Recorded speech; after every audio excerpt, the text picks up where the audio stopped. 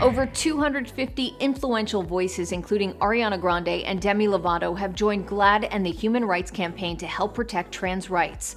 GLAAD and HRC are urging social media platforms to take action and protect trans people from online bullying, misinformation, and cyber hate.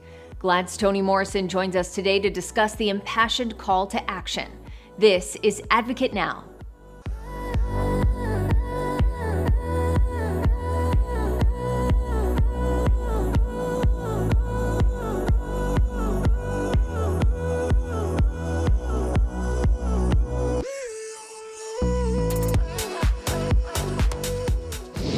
Well, Toni, thank you so much for being here. And GLAAD and the Human Rights Campaign are urging Facebook, Instagram, YouTube, TikTok, and Twitter to protect trans and LGBTQ plus users.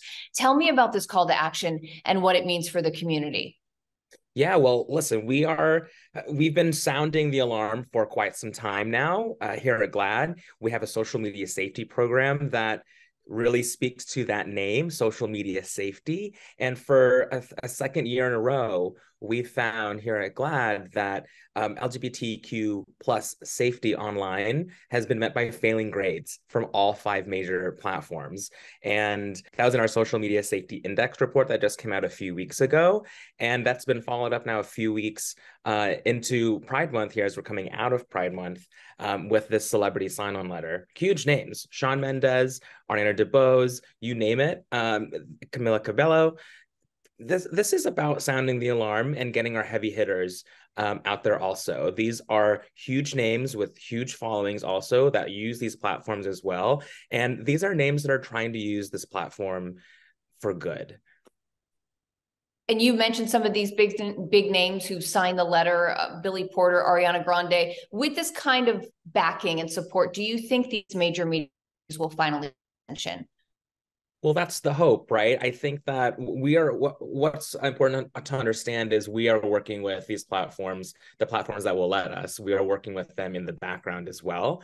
But again, these are individuals, influential voices who have big audiences already on these platforms, who are using these platforms for good, who are trying to get the attention of these tech leaders to really step up and to stand by the community. These platforms are largely unregulated. There's a lot of misinformation spreading all over the web. When it comes to misinformation surrounding trans care, how vital is it that those be monitored, restricted, and banned? GLAAD and the Anti-Defamation League just in the past year has found over 350 incidents, just reported incidents of anti-LGBTQ plus violence and harassment. There is a direct line from online harassment and threats of violence online to real world harm. We're seeing that over and over again. Real world harm comes from just the rhetoric online. It fans the flames. It pours gas on an already just a tough situation for LGBTQ plus people online. And what it really does too, these are 5 companies, these are 5 social media giants who are really responsible for this spread of hate. And they're just not taking responsibility for any of it. They're simply not enforcing policies and products already in place that truly already exist to help protect LGBTQ plus people and underrepresented people on their platforms. These are policies and products already in place that they're simply not enforcing. So that's really at base what would really help the community right now online is for these social and tech companies to simply, step number 1, enforce products and policies already in place that, sure, like we have such a wide breadth of a user base, but you made this world, you created these platforms, you can write the code to also protect the community as well. Yeah, absolutely. You mentioned real world harm. Some of this malicious misinformation has resulted in bomb threats and death threats to care providers and trans youth. Tell me about some of the potential consequences if the call to action isn't met. I mean, it just gets worse, is what's going to happen here. And not to name check our work so much, but, with the exception of Twitter, the social platforms this year did make minor incremental improvements. So I will just say, if it's not for individuals and organizations like GLAAD who are trying to hold these tech companies accountable, they would be getting worse. Again, they are still failing grades from our marks, but what's going to happen is just we're going to see more real world harm. We're seeing this with Nazis showing up at Drag Story Hour, protests from people's houses, medical providers, hospitals being shut down, programs being shut down. It will only get worse. And we're really asking elected officials also to mind their words. Words matter. And they do know that. But we're also asking our elected officials and people who have influential voices to use their platforms for good, because it's only going to get worse if it goes unchecked. And there is an obvious correlation between harassment on social media and struggles with mental health, like depression, suicidal thoughts. The transgender community is one of the most vulnerable right now, with trans teens being 7 times more likely to attempt suicide. So would you say that this call for protection is more important now than ever before? Absolutely. It again, we're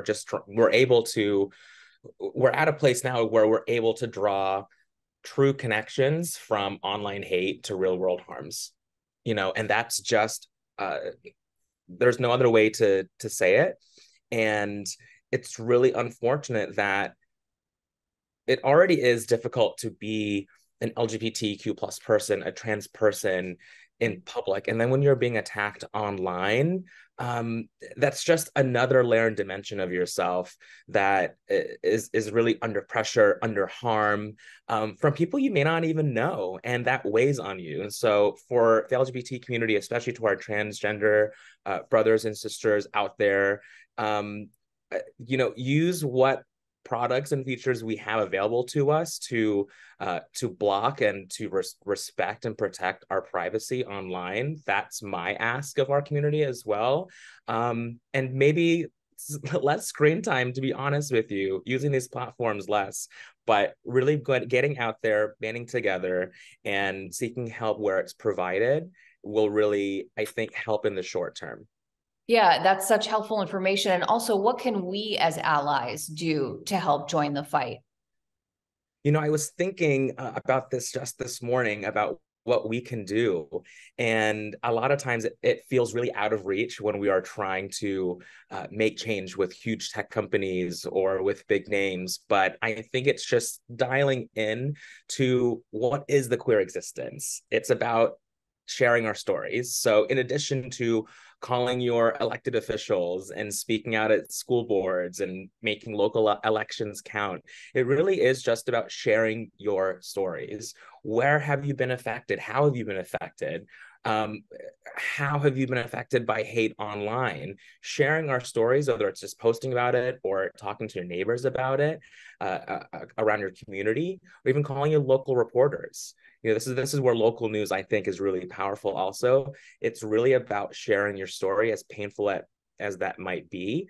I think that's what's really going to dial up the change in this space, because when people start hearing the real world stories of what's happening, I think that's when people are going to really stand up and stand by the community.